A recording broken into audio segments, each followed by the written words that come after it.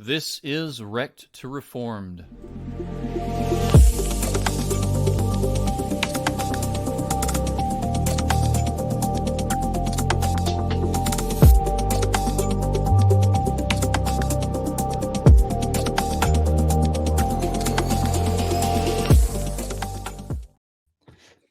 Welcome back to Wrecked to Reformed. I'm your host, Randy Adkins, and today we have a guest and his father.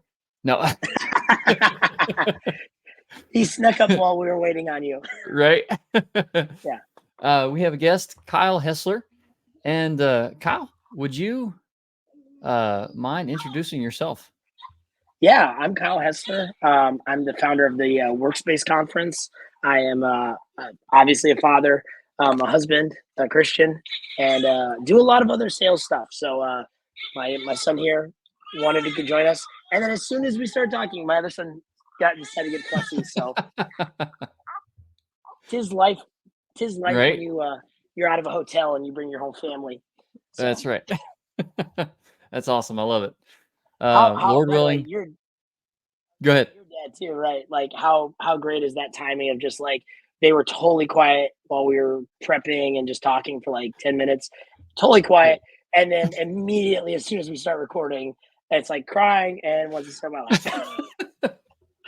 That's funny. It's fantastic. Like I was telling you before, we had a podcast with for some reason, forgive me, I'm forgetting your name. Anthony Green. He was on the podcast. Yeah, he was on the podcast, and he had a cat kept jumping up on the table. I was cracking up. That was funny. No, I love it. So you are with Page 50? Yeah, I'm with Page 50. Right. We do some sales and marketing, and that's how you and I actually first met, right? That's right. Yeah, I called you on the phone. I think I was listening to Dead Man Walking podcast, but I'm not sure. Somebody was promoting Page 50. I'm pretty sure it was Greg Moore. Yeah. And so I was like, I'm gonna call just to see what you say, and like you said, kind of talk me out of that a little bit, which is fantastic. It's all about spending the dollars right, man. It's all about investing in the right spot, That's So, right. yeah, I talked myself out of a sale. It's kind of a specialty of mine. When I was working, I used to work at a mattress place, and you'd have families come in who didn't have the money to buy the mattresses that they wanted to buy. And so we had like a financing thing. And if anybody's familiar with financing, going into debt is not normally a great idea, Yeah, especially right, especially when you're barely paying your bills. You need a new mattress, and they want you to sell somebody like a $6,000 or $7,000 bed on financing.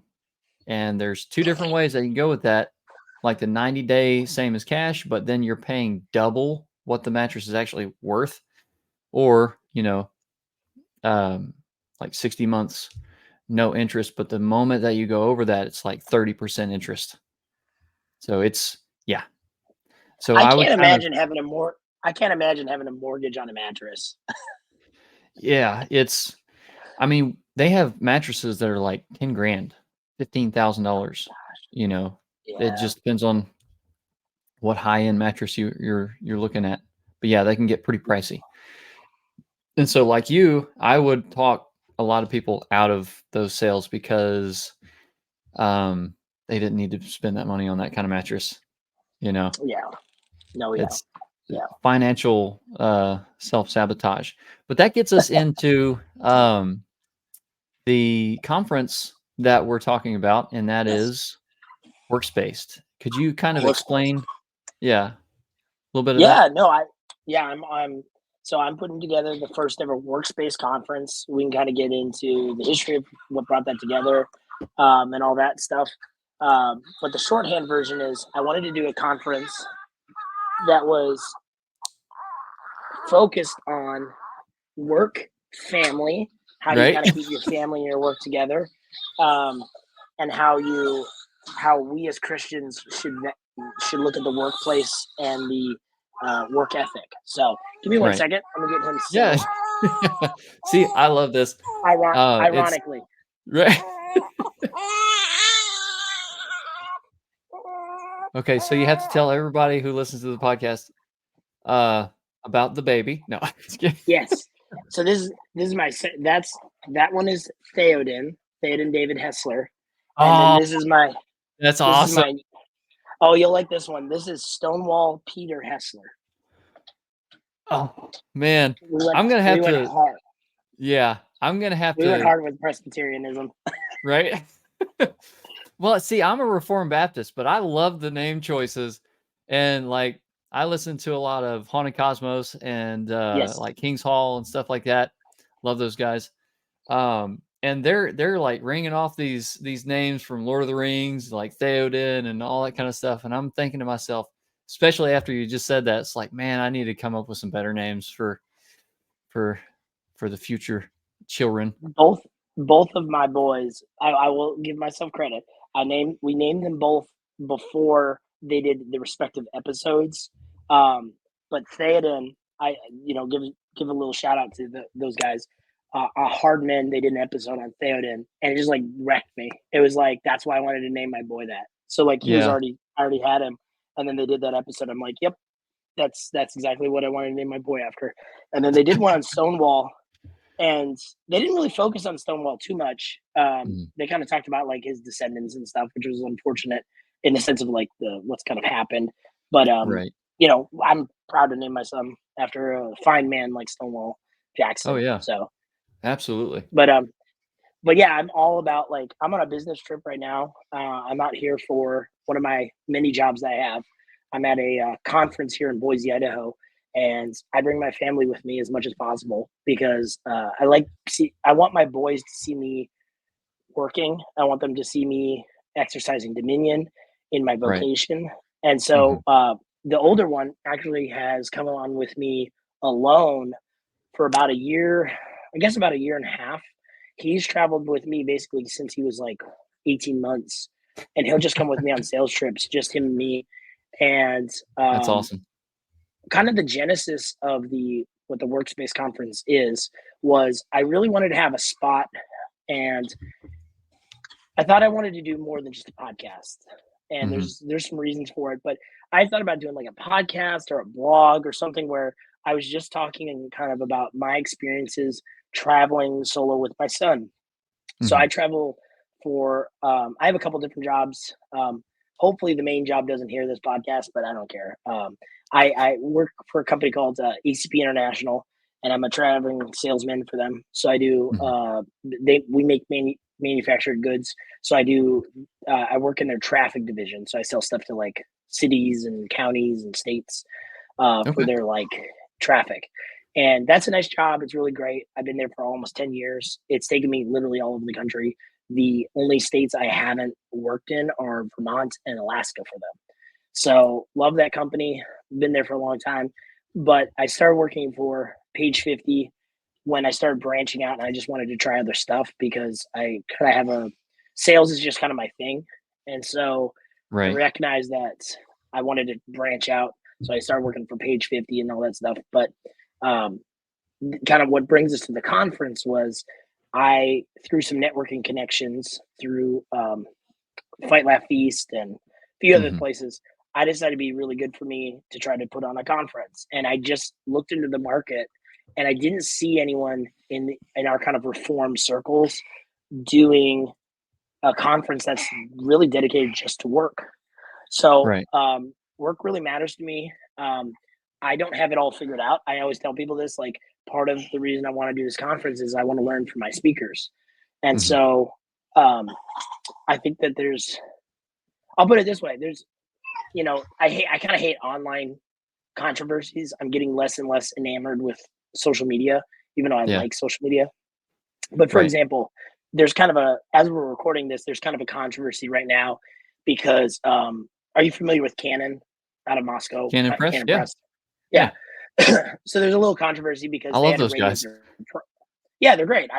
I'm Right. literally going to be up in Moscow right after tomorrow morning. I'll be back up in Moscow. Um, That's so awesome. I there's a little controversy going on right now as we're talking because they had Mhm. to raise their pricing and people are like freaking out about it. And I go, it's a business. It's Right. supposed to be, like Profitable. yeah, it has to be profitable. They're raising their pricing $3 a month. And people are kind of getting upset with them about it. And I'm like, and this is not squishy evangelicals that are freaking out about it. It's like really serious reform types. And I look at that Huh. situation that's going on, and I feel very kind of, I don't want to say validated, but like my desire with the workspace conference is to be like, we need a spot where we're talking about economics, Yeah. investment, money, vocation, all this different stuff. Because, in my opinion, way too many Christians are more socialist than they realize. Like Oh, yeah. they're way, and some of it's soft socialism, Mhm. stuff like I'm okay working a 40-hour work week. I'm okay with unions. Some of it is more egregious, and I think Yeah. we need a spot, we need a conference, we need people who are gathered together, kind of push back against some of these things that are infecting and affecting the church. Mhm. So that's kind of wanted to do it. I also, we can talk about some of the other components of what I want workspace to be. I do want it to be like a networking opportunity, but Mhm. just on the theological and like kind of what the talks are about, it's really meant to Yeah. be focused kind of on educating Christians who I think, frankly, kind of need it. And again, Absolutely. myself included. Right. Yeah, I'm always up for that. Like we were talking before we started, Mhm. I think we were messaging back and forth, and I told you I just started a business, right? So I've always wanted to start my own business, but it took probably longer than it should have, because I don't like having to go into work 10 hours a day, you know, 5, 6 days a week, and hardly be able to pay your bills, Yeah. you know? But Yeah. that's common, and it's like when you talk about, "Well, I'm gonna homeschool my kids, I'm gonna bring," "my wife's not gonna work," it makes it tough, Yeah. you know? Oh, yeah. So, Yeah. um We went through that struggle too. right. Still going through it. Yeah. But that's why I started the business, and now I'm making more, doing that than I did. It's probably getting close to twice as much as what I was making before. Wow. That's Yeah. great. So, And, yeah, praise and God for that. praise God Huh? indeed. And you have equity in it, right? So it's Mhm. like you may be making more on an income basis, but you're also building something. Um, Mhm. and I do want, like, part of the stuff I'm kind of interested in or discussing with people is I don't want to, like, one of the big things I've been kind of telling people that come to the conference is this isn't a red pill conference. So I don't want people to Right. come here and think that I have to, oh my gosh, I have to get my kids out of um, maybe out of public school. But oh my gosh, Yeah. we got to homeschool and I've got to start a business. That's not what I want people to walk away from this conference on. So Right. I'm encouraged that you started a business. Mhm. In fact, to be frank with you, I've started several businesses and they're not profitable. Um, Right. so this conference is the one that's like actually doing really well. But Mhm. I own some real estate and we've had some bad renters. I Mhm. own a vending machine that was not a not a great investment. And then I've done a Right. couple other things that just I kind of struck out on. And that's okay. Like I'm not begrudged about it and we're doing fine. But Right. I don't want Christians to think like, oh, I have to go start my own soap making business or my own um, you know, I've Right. got to start my own tax attorney business. Like do it if you are called to it and you can do an excellent job on it. I don't think a lot of Mhm. Christians have to work from home. I don't think Right. a lot of Christians also have to start a business. I want to encourage them if they have the ability and they're being lazy. But there's a lot of people that don't have to be, and I don't want to. I don't want Mhm. to make people feel like they're guilty for not starting business, if that makes sense. So Right. I'm Yeah, encouraged that yeah. you did, but I don't. I like that's a big thing for me. Is like I don't think we gotta dictate to Christians what they should be doing with their Oh, of time course and not. their labor. Well, it's also like this, I'm gonna have to start hiring people, right? Amen. Yeah, yeah, yeah. And so not everybody's called to start their own business. Some people are called to be really, really, really faithful, good employees, and get paid well for doing that, right? Yes. Yeah. So there's lots of Christian businesses out there that they need employees, and there's nothing wrong with that. You just have to make sure that you're actually getting paid what you should get paid Yeah. as far as that And goes. knowing your worth. Yeah, Um, I think that some of the parables that we dismiss more than any are the ones that Jesus talks about: investment, work, yep, labor. I mean, there's so many different examples of that, and we spiritualize it. And it is, yeah, all his parables are spiritual. But like the one that drives me the most crazy is that people get. I think they miss something on is oh gosh, is it Luke 12 where it's the parable of the wine dressers, where basically the master comes out and hires people at 8 a.m., 10 a.m., 12 a.m., or 12 p.m. right, And then right an hour, I think it says like an hour before close or something like that.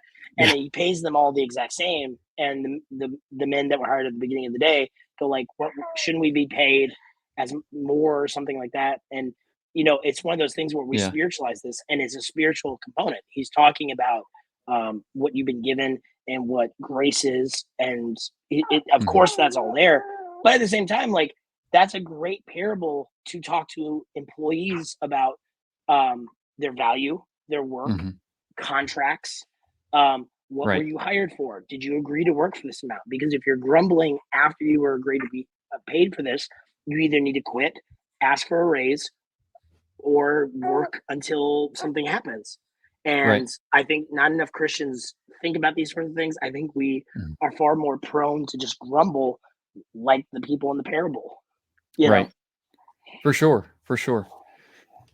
Yeah, and I'm really excited that you've put this conference on. Yeah. Um, it's so tell me about some of the speakers. Who are you having Yeah. to speak there? So the keynote guy is David Bonson, who is a lot of Okay, people know him for. I mean, he's kind of famous on his own, but Greg Bonson was his dad, who was a famous theologian of the last century, 20th century. I love Bonson. But David, yeah, he's great, and so he just wrote a book full time. And it's funny because he's Presbyterian and he swims in my circles. So Right. I was already thinking about him as a really good keynote guy. And then I found out he was about to release this book called Full Time that I got to read ahead of time, and I was like, great, this is everything I want to talk to people about. So he's got this book that's just perfect on understanding work, Mhm. dominion. I mean, his basic premise is that work is the meaning of life. I don't necessarily fully agree with that, but when you read the Right. book, it's a really compelling argument, and I do agree with it in a lot of capacities. So Mhm. he's kind of our keynote guy, and then we have my pastor, Steve Jeffrey, my favorite. Okay. He's my favorite British guy ever. He came over from England a few years ago, and he's been tremendous blessing to us in the Fort Worth area. He's a Mhm. pastor at All Saints Presbyterian, where I go. But Okay. he's going to deliver a little talk on the theology of work. So he's going to go kind of, I think he said in an interview I did with him, his goal is to go through the whole Bible in about an hour and show us where work and vocation and dominion taking is kind of key. So I was like, great, Mhm. let's get through the whole Bible in an hour. It's checklist. So, um, and then That's awesome. we'll have Andrew Krapashitz of Red Balloon, so redballoon.org. Yep. They're Yep. actually our presenting, they're our presenting sponsor. So we're kind of partnering with them on this.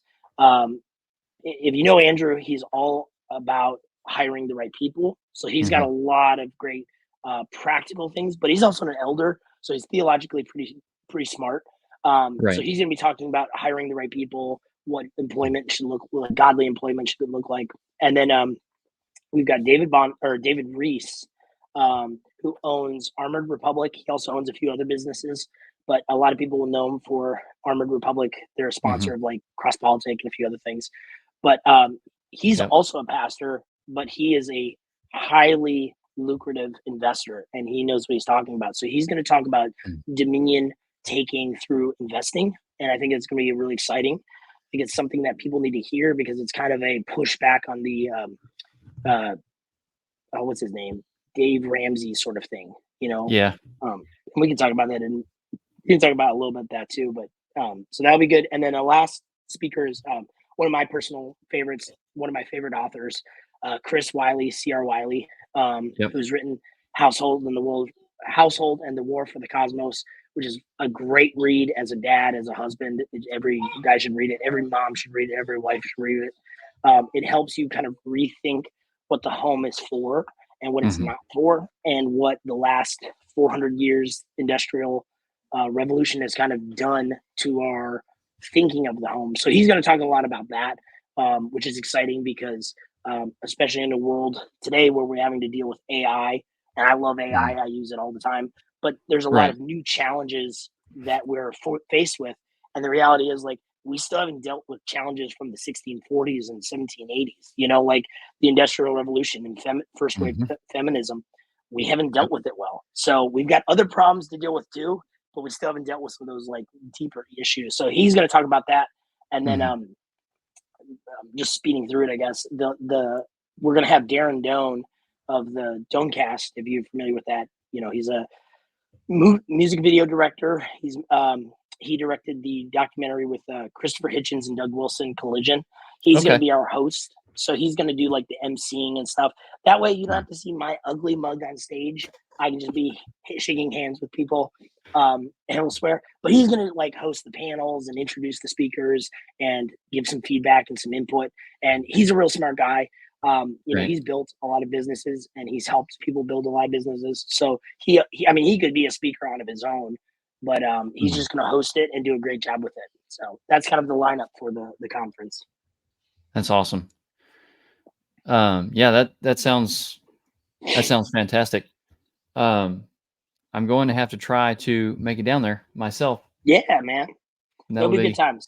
yeah, yeah, that'd be cool. What we should do is I should discount your tickets, but you guys got to get a busload of people together.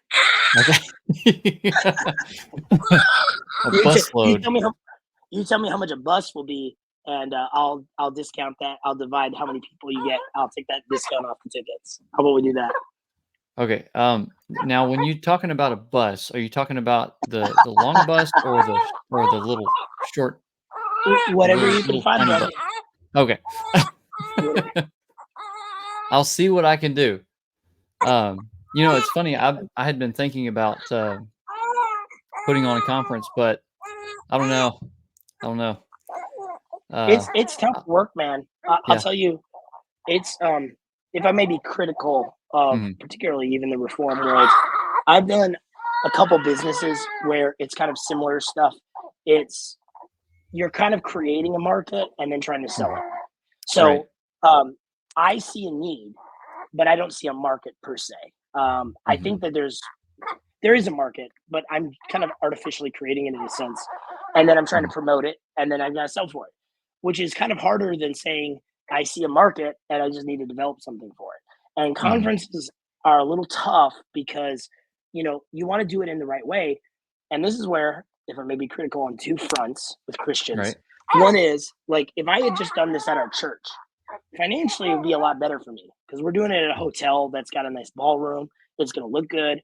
Um, and Right. on one level, it's like, well, I could easily just do this at a church and we probably do quite well Mhm. financially. But the other thing is, like, a lot of people will be kind of turned off to, like, oh, it's in a church and blah, blah, blah, blah, blah.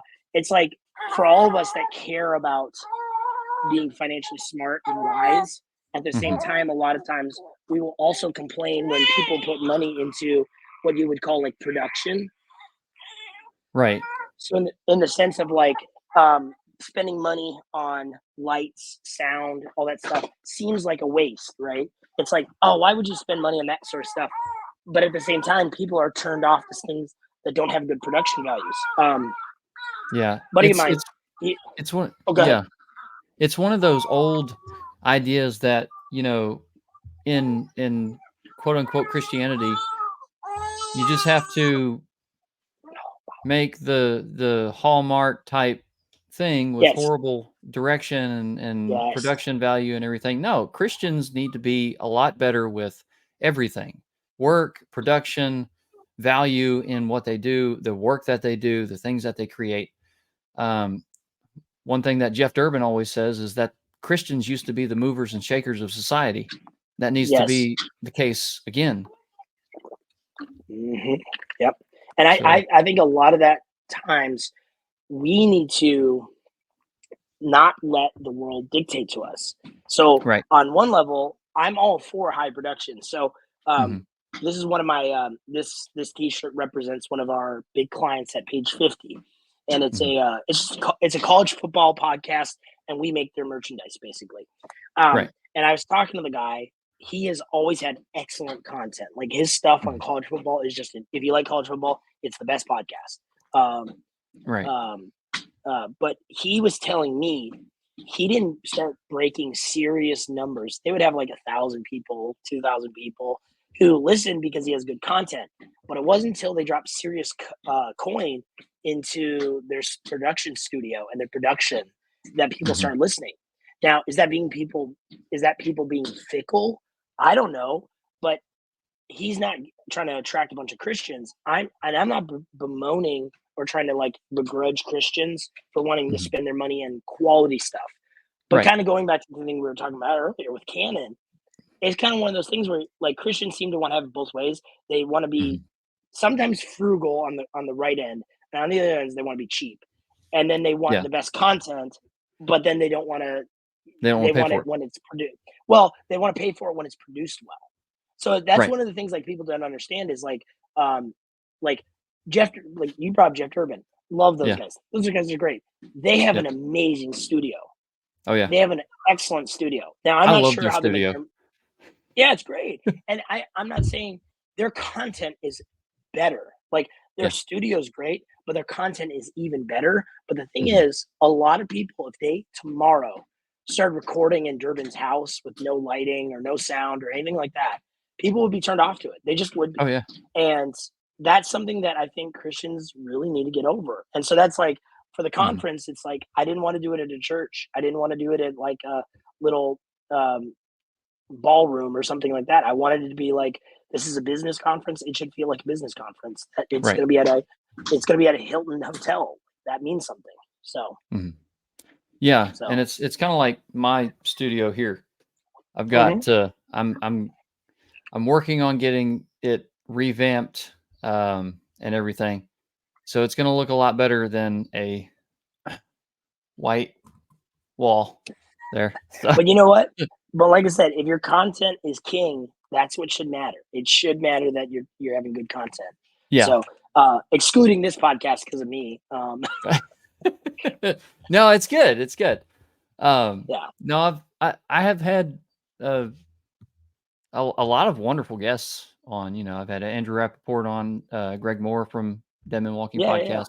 I've had Haps Addison, Jeffrey Rice, um, uh, Claude Ramsey. Do you know Claude Ramsey? Yeah, look, I do know Claude. Yep, I Man, need to he message was him on too. here. Wonderful brother. And he was one of the teachers on Passing the Torch as well. Yeah, Yeah. that's cool. So where is this podcast? Stuck on podcast. Where is this conference going to be at again? It's gonna be at the downtown Hilton in Fort Worth, Texas. Fort Worth, So if Texas. you yep, so that's Yeah. my church where I live is Fort Worth. It's just west of Dallas. Um, Okay. so if we're in the metro, what they call the metroplex, which is Dallas Fort Worth, and so it's not too far from like the airport and stuff. And then if you're Mhm. looking for a church to worship on, we've got a great one in Fort Worth. Except for we Yeah. baptize our babies. Right. We love the covenant. You baptize your babies. I baptize believers. Amen. I had to. I had to. No, I, No, I it's I opened the door for it. oh, it's funny. My best man is Presbyterian. The best man at my wedding, and which my ring is. I fix my hair. I take my ring off when I'm putting hair gel in, and so I forgot to put it back on. But anyway, yeah, my best man's Presbyterian, and I like to pick on him every now and then. Of course, he likes to pick on me too. So it's that love that goes both ways, you know. Oh yeah, amen. Yeah. Oh man. Now we now So we a lot of my stuff that I've kind of been interested in. I wasn't ever like a dispy, or I guess I was Mhm. like kind of. I was at that. I was raised Catholic, so actually, like, I've been Oh, kind of okay. functionally. I was kind of functionally a Presbyterian for a lot of my life. Right. Like, I was very okay with baptizing infants, like, even before I understood the covenant and stuff like that. So there was probably just some Mhm. overlay from like Catholicism, even though like I didn't really care about Catholicism. Um, Right. but it but the last like 4 years I've been actually an active Presbyterian at a Reformed Presbyterian church. Um, and so a lot of what I want to do as far as work is kind of derivative from that because no offense to Baptists, like Well, no, I know. I'm but like I was going to like a bunch of like evangelical um I went to like one of Matt Chandler's churches for a little bit, and then I went to like Oh, kind of a bigger, yeah, I went to like a bigger seeker sensitive kind of church, and yeah. like the conversations I'm having, we're kind of talking about with like work and ethics and economy. Those just never came up. Now I don't. That's not a fault Right. with Baptists. There Right. may be some like dispensationalism, or there may be some like theological stuff that's causing that to not be topics. I don't but I don't Yeah. blame Baptists for that. So Right. that's why I'm kind of grateful to be in a church where these are kind of like active conversations. Like we are regularly Yeah. talking about work ethic, dominion, how you include, family, being fathers, all that different stuff. Oh, yeah. Yeah, and it's kinda like that you kinda touched on it, but it's that eschatological view of, don't move chairs on a sinking ship. It's like it's kinda Yes. that defeatist mentality and that hopelessness. They would say that we have hope in Christ. Yes, but you're not doing what we were commanded to do. Yep. That Yep. that command You're bearing. to right. Good. Yeah, you're bearing your talents. Right. I mean, I was I hate to pick on Dave Ramsey so much, but like, and I don't listen to him enough to have like a full critique.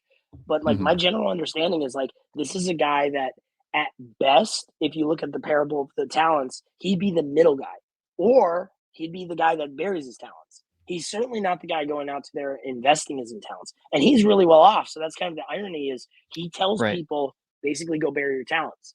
And I Mhm. don't know what his theology is. I assume he's a Baptist, and I assume he's probably a historic pre-mill. Maybe he's a dispy, but I Mhm. mean, it does play into your logic.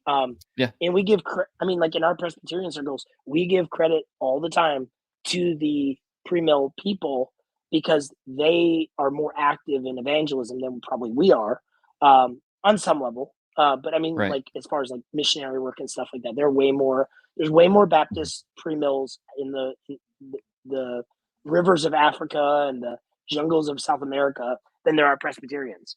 And Right. I do think theology and eschatology impacts that. That's why, like for me, I'm trying to follow Proverbs. I want to raise, I want to bless my children's children with an Yeah. inheritance. And Amen. so, how do I do that? Right? Like it's Right. make solid investments, work hard. Mhm. And again, not that a Baptist certainly couldn't have this perspective. It's a little Right. different when I'm viewing these little ones as um, these little ones are, as I see them, they're Christians, and so I have Mhm. even more commandment to. I have more, I think, in my head, more responsibility to them Mhm. than if I didn't see them as believers or as if I didn't see them as Christians. So Right. we don't have to unpack that too much, but I I was trying know. to like more. I was trying to more find the common grounds that argue about Presbyterianism and Right, Baptism right, or right. Baptist. No, Yeah. So it's funny because hearing that doesn't, like, give me, like, this trigger. knee-jerk reaction or anything like that, Yeah. it's because I'm not a Southern Baptist, even though I go to a Southern Baptist church. And you're in the South. I'm I'm a Reformed Baptist. Well, see, I'm originally from Louisiana, so I think Kentucky's the North. Wait, are you an LSU guy? See, I'm the weirdo that has never been a big fan of sports. Oh, okay. Fair enough. I was I'm I a was I'm a always a fan of I'm a martial arts, massive LSU. Oh, right? okay. Yeah. Then here, jujitsu. I Yeah, still yeah. I still practice. I'm a blue belt that should be a purple belt, but I quit for Awesome. 6 years. So anyway, rabbit trail. But Yeah, for yeah. sure. By the way, By the way, the funny part is I'm from Minnesota originally, and I think of Kentucky as the South, but it makes total sense to me that somebody, after visiting Kentucky, I'm like, they get snow. That's not the Yeah. South. Right. Yeah. And when my wife moved up here, because she's from Georgia, Yeah. so I'm from the real South. She's from the northern South. And so we moved to Kentucky, which is the north. And Yeah.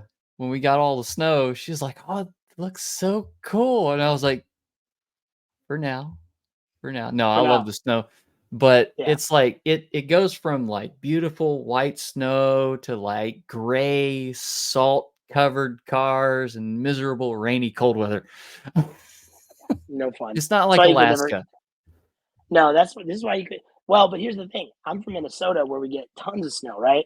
Yeah, And the problem is, after like a day, it gets all black and nasty, and you have to deal with that's ice. You that's have to deal true. with salt, and it's like I'd love to live. Like I was saying, we're going up to Moscow, Idaho, and I've been there when it snows. That's perfect because you can go Yeah, out into the country where nobody's plowing it, and they're just snowmobiling over it, and it looks fantastic. right. So Yeah. Well, we kind of live in the country, so we kind of get a little bit of both because they do salt the roads and everything. And I think it's like the salt on the roads and then like the road dirt that just turns everything near the road like black and nasty.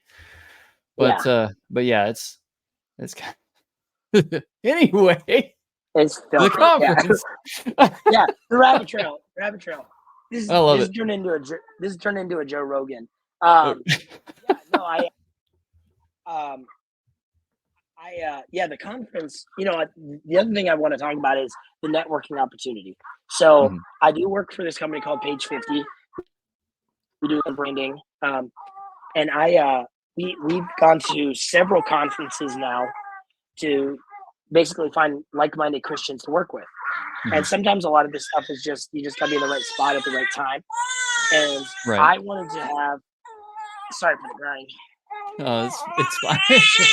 We love children not only at church, but everywhere. There we go. I'm the odd So Baptist that just loves the sound of children everywhere. dude, if you go to a Presbyterian church long enough, you get used to it so quickly. Oh, Uh, I love it. We have quite a few children at the church that I go to. But yeah, anyway, go ahead. well, so like one of the other components I want to have at the conference is I think we need more networking between Christians because Yeah. like I love Twitter. I actually I do like Facebook. I like LinkedIn. I like these social media platforms, but even the most conservative of them, Twitter, the algorithm hurts. I don't think Twitter has as much of a bias against Christians as it used to, Mhm. but the algorithm, the way it's constructed, does present some biases. And Oh, yeah. part of it's not really like I'll put it this way: like Twitter's goal is to keep you engaged. Mhm. And like if you're trying to promote a business on Twitter, the algorithms, unless you're actively looking for that kind of service or whatever, you're not going to find businesses that you need to find. That's just Mhm. not how it's constructed, right? Right. It's not in their interest to do that. So we need a space, we need a spot where Christians can get more work done. We can be Mhm. a little bit more active in, finding payment processing, people that do payment processing, or lenders, or Right. even other things. Like I've got several of my friends that are contractors. I've got a buddy that Josh Strange of Stellar Painting. He's gonna have a little booth, and this Nice. brother has killed it in the painting game. Like he is absolutely wrecking shop in the DFW area. He's doing so good. He's only been doing it for like 2 or 3 years, and he's doing great. And That's awesome. he's coming to this conference because one, there's probably gonna be a couple people that need painting just in their homes, but I think he's gonna Mhm. be looking for like corporate opportunities and stuff like that. And I'm hoping there's some business owners that come and say, "Yeah, I own a two-story building, and you know what? We do need it painted." Or I own a couple franchises and I need that painted, and they hire him. We need a space where this stuff is a little bit more active because Christians Right. do have a bad habit of, um, on one end, they prefer Christians over anybody to their detriment. And then on the Mhm. other hand, they refuse to hire Christians to everybody else's detriment. And so Right. that's one of the things that I think we need to kind of course correct is we need to be hiring Christians who are working hard. But I do Right. think that there's a room to say, look, I'll hire the B plus Christian over the A minus or a atheist or pagan, Right. if because maybe I know the elder of that guy or whatever, and I can, if there's a problem, we can handle it biblically. But I would rather Exactly. give my money to that guy. But at the same time, like I don't think you're forced to do that because if a Christian is charging too much, you're Mhm. not obligated to be like, I'm going to go into debt just to pay a Christian. Right. But we need a Especially space to talk about that. Yeah, go yeah. for it. Especially if they're, charging over the regular price and bringing in subpar level work. That's Well, yeah, especially, yeah. yeah. So Yeah. Christians not only need to be hard workers. I mean, have you listened to Jeff Durbin's sermon on laziness? Mm, It's love to fantastic. hear it though. Yeah, it's Yeah. it's on Proverbs, and it was really good. I sent that Yeah, to. Proverbs has a lot of things to say about a lazy man. Oh yeah, yep, Yeah. yes, it does. Um, but yeah, that was a fantastic sermon, and it kind of talks about that between the sluggard, the lazy person, and the righteous. Righteous needs to be a hard worker. Yes. It's not that your hard work makes you righteous in the sight of God, but it's the effect that comes from a righteous man is hard worker, takes care of his family. Uh, a righteous man leaves an inheritance to his grandchildren, right? His children's children. So that's how we need to see work and life and children and all that kind of stuff because we have to think about it in generations as being like a patriarch of the family. And I'm the first, like I'm a first generation Christian, Christian. Yep. Same. right? Well, more or less. Yeah, but I'm with you. Right. And so it took me a long time because before I was saved, I was chasing after all the money, the fame, the garbage that the world had to offer. And so God had to smash those idols out of my life. And it took me, 2, 3 years to actually grasp a biblical understanding about finances and investments and all that kind of stuff, and even hard work. Um, so it is something that is absolutely needed. People need to understand uh, the basics of work ethic and how to think about finances and things like that. And that's why I was so excited about the conference that you're putting on because it Yeah, is yeah, very, very much needed. yeah. Well, I appreciate that, and like, to riff off that point for a minute or two, Yeah. I'm right there with you. Like, we don't think of, and again, this is not a shot at Baptists by any means, because Right. No, plenty of Presbyterians have messed this up. But right. what I want to say is, like, we don't think. I think there's a there's a ditch on both sides when it comes to like materialism. So like we do Right. this thing where in the Christian circles we go like, well, it's not all about the money. When it's like I saw on my Facebook, I have a lot of atheists that I'm connected to just through business and stuff like that. And Hmm. there was a guy posting. He said it was just saying like basically, why do churches ask for money if money is the root of all evil? And it's like, dude, read your Bible. It's the love of The money. root of all it's the love of money. Right. Money is a representative of labor. Hmm. Money is a representative of power and dominion. It's a form of Yeah. that, you know. So there's nothing wrong with money, and Right. inheritance is what you leave to your children. Hmm. It gets really. I don't know if a lot of I don't know if a lot of people have gone through like a messy. Um, what do you call it? Like an inheritance process, like death in the family. Maybe not everything's exactly worked out, and then you Right. get into that. Well, my I hope people don't hear this per se, but whatever. When my wife's grandpa died, and he was a really good guy, and Hmm. it was split between her dad and his four or his three brothers. It got kind of messy, even though they had stuff figured out. And Right. I think part of the reason it got messy is because they probably could have liquidated some stuff. Hmm. Um, they also kind of drew lines arbitrarily. And the thing that I wanted to kind of that I've thought about since then, I didn't really have this worked out at the time, was we have to understand that like money is a way of transferring assets, liquidation, all that different stuff. So there's Mhm. nothing like I'm of the camp that I want to leave my boys like 100 acres or something like that if I could. You know what I Oh, mean? And like absolutely. you guys do whatever you want. But even if I did, let's just say I have no more than two boys and Mhm. I leave them 100 acres. So they split it 50-50. And then Right. they let's just say they each only have two boys or something like that. You start dividing it to the point where it's like, yeah, you want to bless your children's children, but Mhm. it also gets harder and harder to do with finite resources. So, like, Right. as much as I love land, land is something that it's finite. You can only divide it so many times. Right. Whereas money, like, uh, I'm trying to figure out how to meme this because it's just so funny and nobody talks about it. Did you ever watch the show Futurama? Or do you know what I'm Before I talking was about? saved, I watched probably all of it. Yeah.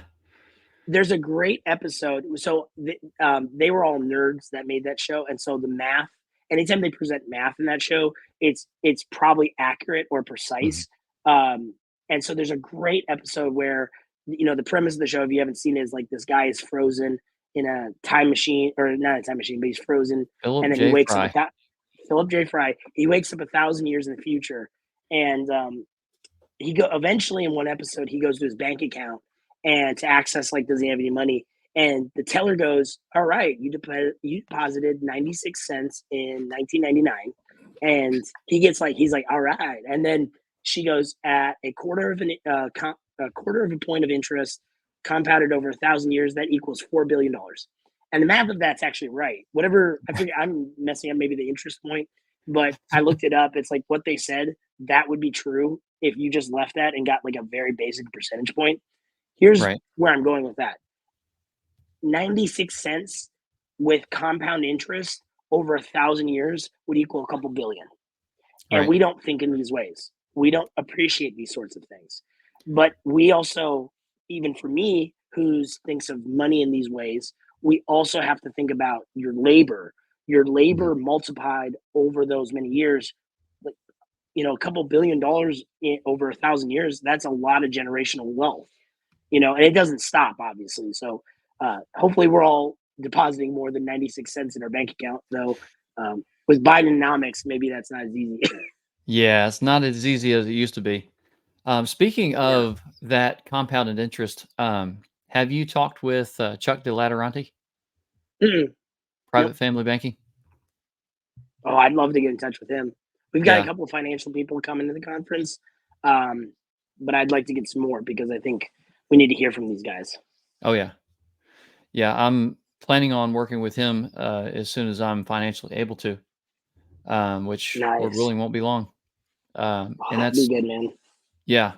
Yeah, that's one of the aspects that I was thinking about compounded interest and just building that wealth over time, Yeah. um, for the next generations, and have Yep. them financially set, um, with what I didn't have when I was growing up. All right. Not only was Yeah. I grew up very, very poor, but we didn't have any theological foundation or even the gospel um, my whole life until I was 28. Wow. Yeah. Yeah, That's part of the lack of an inheritance of what I'm talking about as well. Like exactly. I'm not all about the monetary. I'm Right, also about the spiritual. And frankly, the spiritual is more important. But right. I think when Christians dismiss the material Mhm. aspects of what, particularly the parables and proverbs, when you do the whole, oh, a godly man leaves an inheritance for his children's children. I better make sure that I'm bringing my grandkids to church. It's like, okay, that's true, but part of the way you demonstrate the gospel and the Bible and God's word to Mhm. your children and to your grandchildren is by obeying it. Well, part of that Right. is not hyper spiritualizing everything. So if the Mhm. Bible says leave an inheritance for your children's children, it probably is more than just spiritual, you know? Absolutely. And there's an aspect to that too. It's like, what would they have understood in the book of Proverbs as an Right. inheritance? Exactly. I mean, context is king. Not only does it obviously has spiritual applications, but it's talking about also a physical inheritance. Now, obviously, there are providential hindrances, um, physically and monetarily, but that's for God's providence. That's if you're lacking leaving an inheritance due to laziness, that's on you, Yes. Well, right? and the Lord talks about the Pharisees who tithe of their mint, their spices, and all that, but lack the weightier things of the law. What is he? Hmm. I mean, like, what is he talking about? He's talking about their tithing in basically in the worst way possible. And Hmm. there's the whole thing about how the Pharisees manipulate the tithe by not giving to their parent or not taking care of their parents because, oh, I'm taking care of the church. Well, Hmm. this is the stuff that the Reformation crushed.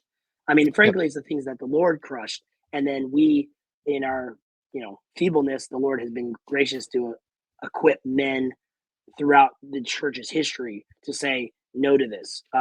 One of my Amen. favorites, one of my favorite little books, somewhat related, but just I always like plugging this because it changed my life. Was there's a little book called Brother Lawrence, and it's basically simple theology worked out. This Hmm. guy was a monk in a monastery, and he talked about sweeping to the glory of God. He talked about cleaning the monastery and keeping it up to Right. date for the glory of God. And it's like obviously he's a monk, so we're kind of Hmm. not talking about the children's part with that. But what I like Yeah. about that, kind of relating back to what we're talking about, is that guy got it. He is talking about his work meaning something and how it translates to glorifying God, which I guess we should close with, or we can maybe close with this. The reason Right. it's called the works based conference is twofold. One, um, people say based all the time on Twitter and stuff now. Right. I've used it once non-ironically. Yeah. I actually don't like using that word, but I don't either. whatever. It's I was people talking to my know what I wife mean. about that. Well, it's like I people know what I mean by it, so it's Yeah. what works. But the other thing is like we're talking about James. Faith without works is dead. Right. We're not, and I say in all of our promo stuff that we're not a salvation. This is not about works based salvation. This Right. is about saying we are saved by Christ's good works to do good work. So we are Amen. not saved to just not do anything, which relates back to what we were just talking about, where you could be a lazy man spiritualizes things where it's like, oh, I'm just taking my kids to church and I'm not doing anything beyond that. That's a lazy Hmm. man. That is a Yep. man that is not saved. He doesn't recognize what he's been saved for, if that makes Right. sense. And so, Yeah. and just to reassure people, my pastor, Steve Jeffrey, who anyone that comes to the conference will get to meet, wonderful man, truly wonderful. He's a shepherd's shepherd. I mean, that guy has guided me through some. He has helped me make me into the man and the husband and the father that I am today. And I wasn't sure that he's the kind of guy that I need to run stuff by. Hmm. And I went to him. I said, I want to call this thing the works-based conference. What do you think? He just fell out laughing. And I was like, well, he either finds it really funny and is going to say absolutely not, or he's going to say that's funny. You should absolutely do it. And he Right. said the latter. So we think it will. We think the name will piss off the right people and Right. make and also make or piss off the right people and make the right people laugh. You know what I mean? Yeah. So it's not about being saved by your works, but we are saved for good works, and that's Exactly. biblical. And if you don't think it's biblical, we can open up the book of James and we can talk about it. Or Ephesians 2:8, 10. Exactly. There's You know. plenty. There's plenty. Yeah. My favorite is just James. Created. Yeah. Created in Christ unto good works. Yes. That's usually where I go for that. And then I go to James for it's not it's not works that justifies you, but if you have a faith that has no works, you have a dead faith, a false faith. And so yeah, it's I like it. I saw that and I was like, this guy from page 50. I was like, yeah, he's good. That's great. I'm gonna relay that to our team over there just to let them know, like hey, I'm not causing any theological problems in the interweb. Right? Yeah, man. Well, brother, it's fantastic. I'm looking forward to it. Lord willing, I'll be able to make it there. Yeah. Yeah. If not, And we'll get you the recordings so you can come yeah, join absolutely. us. Made it. From the Hessler clan to you, we just want to thank you for your time. Appreciate you having us on. Absolutely, brother. Absolutely. It's been a blessing, brother. Yeah, man. I can't wait to have kids, because then, next time that I'm on a podcast and I have my own kids, then I'll just bring my kids in. So yeah, It's the best. Yeah, I love it. All right, brother. Well, I appreciate you being on. I'm looking forward to pointing everybody to the podcast, or I keep saying podcast conference. It's all good. Conference. So we are starting a podcast, actually, and okay. I'll just tell you I was gonna say we can talk about this afterwards, but we'd love to have you on our podcast, because we're gonna do the Workspace podcast, and it's gonna be talking about people's businesses. So I'd love to have you on there to talk about your business at some point. Absolutely. You just let me know when. And tickets for the conference are at worksbased.com. We actually got that URL. I was shocked that it was available, but it's actually workspace.com, as simple as it can be. You can follow us on Twitter, Facebook, Instagram, LinkedIn, if you're on any of those platforms and you just want to kind of get notes and stuff. But the tickets will be available at the workspace.com website. Yeah, absolutely. Workspace.com. Workspace.com. People, go there, check it out, and show up to the conference. It's going to be fantastic. If you are not a fan of being lazy, go. If you are a fan of being lazy, even if you are a fan of being anyway. lazy, definitely come. We got some exhortations for you. Yeah, we're gonna smack you in the side of the head with a Bible. No. And then we'll baptize some babies. All right, that's all. No. All right. All right. Appreciate it, brother. Absolutely, brother. All right. Blessed to have you on. And for everybody, till next time, God bless. Real quick, I just want to thank you for listening to the podcast. It is so much fun to make, but it's definitely not free, and it takes a lot of work. If you feel this has been helpful, please consider donating by clicking the Donate tab under the podcast notes. Lord willing, much more to come.